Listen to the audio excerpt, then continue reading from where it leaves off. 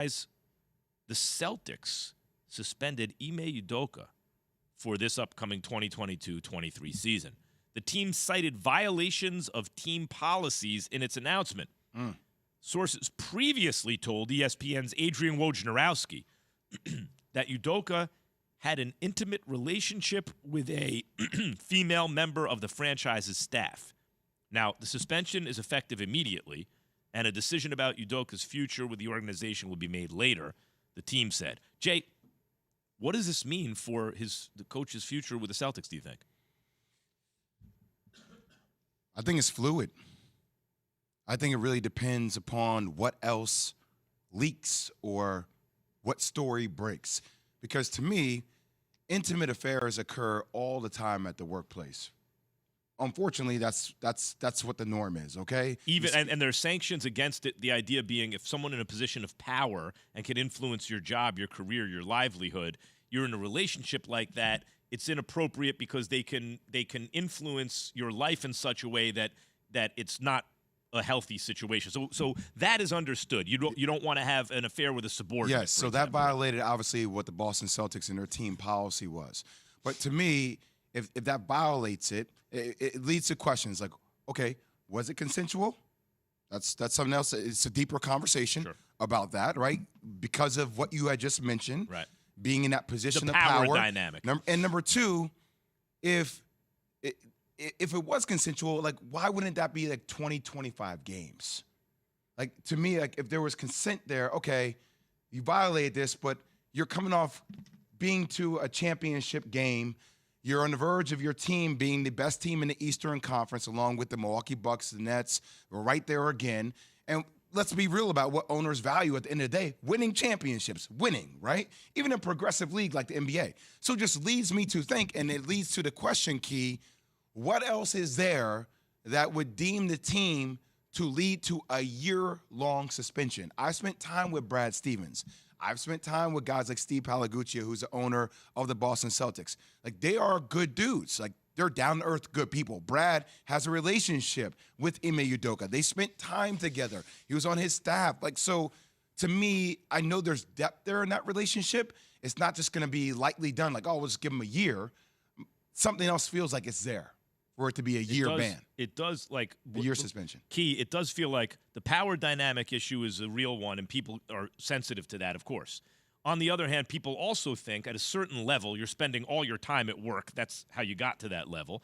And there are people there, and you will naturally socialize with people there. You will meet some of your best friends at work a lot of the time. You will meet a romantic partner there a lot of the time. Sometimes people get married because they met at work. Where else are you going to meet people? That's where you're spending all your time. So given that, and given the kind of basic human understanding of that, I understand where, Jay, when you say that, a lot of people are saying it, like, wait, there must be more. Why would he be suspended for a full year? I think it has to do, one, clearly with the policy, right? That the policies are in place, and when you are looking at it, and much like you said, Max, how does it affect other people? Now, look, I'm sure there's an ongoing investigation, all the sort of things, rather than say we're going to do 25 games and then have to extend it. I'm sure that they looked at it and said we rather go out and then reduce it opposed to shorten it and then lengthen it. I look at it much like y'all. I kind of understand and I get it in the workplace. People do meet people. That's what you meet people. It's like, what do you, and I think a lot of it also is the fact that he, in his personal life outside the Celtics, had a family. So I think from that standpoint, when you look at it, they're probably saying to themselves, okay, he's not technically married, but he's in a deep relationship with a child. And so a public figure, Key. Excuse me? And a public figure who he's in a relationship with. And a public figure. Most of the times in these situations, the coaches, especially in college, they get fired. They don't get suspended. They get fired. I just look at it and say to myself, something probably, like Jay said, you know how it goes. One comes, then there's two, then there's three, then there's, So what? So you just gotta let it play let it play itself out. Yep. And see where it goes. So there's been a lot of speculation But here's what I would say too, Max. We don't know the true relationship with Nia Long, and we don't know. What if they have an understanding and they're not going public that their relationship has ended? We don't know that. Well, that's why I asked him, like, why was that leaked? Then, like, it's a simple question to ask. Like, obviously, it came from the organization. I mean, we right? could always speculate a million different ways on why something was leaked. Who leaked it? Was it the young lady who leaked it? Was somebody else in the organization? Did the young lady he was in a relationship, an intimate relationship with, get teed off about something and said, what? Or did somebody want him out? Let's stay on that. There's been a lot of speculation that somehow Ime is getting thrown under the bus by this coming out. I have the opposite reaction. To me, what it seems like is, now if you're a bad coach, I don't know if this is, but he's an excellent coach. The Celtics, it seems to me, would like to see if there's a way to keep him. So the way they've gone about it is you're suspended for a year. And he said, out of respect to everyone involved, I will make no further comment. Now, with that year, that's how it seems to me, buying some time, seeing if they can get away with a year and he can come back to coaching.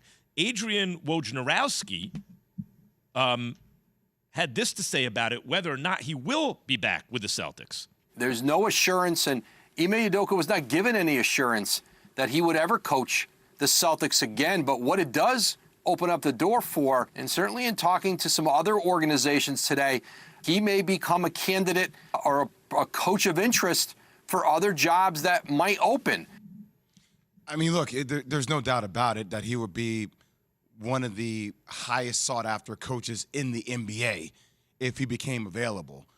But just to go back to our point about this thing being leaked, so typically when stuff happens like this inside organizations, like, there's only a certain few people that know about it now. Like, it's not like, hey, everybody's running around yapping their mouths about it. Like, only the top of the top people know about this, right, in order to keep it insulated. So that's why I asked that question. Like, were there alternative motives? Like, I don't know, but it leads to a lot of those type of questions that why, and we know a lot of other executives who had relationships or affairs where it wasn't put out there to the public. This is all speculation. What we know for a fact is he's suspended for a year. He may or may not come back to the Celtics as head coach after the year, and it was because of a relationship in the workplace. That's what we know for a fact, and the rest of it is speculation. Wait, why was he suspended for a whole year? What else does this mean? Does it mean that they're taking care of him? Does it mean that they're embarrassing? Like, what's going on, right? And as the weeks go on, days and weeks go on, you hope that you get a little more information. Coming up, does Jerry Jones really believe what he's saying about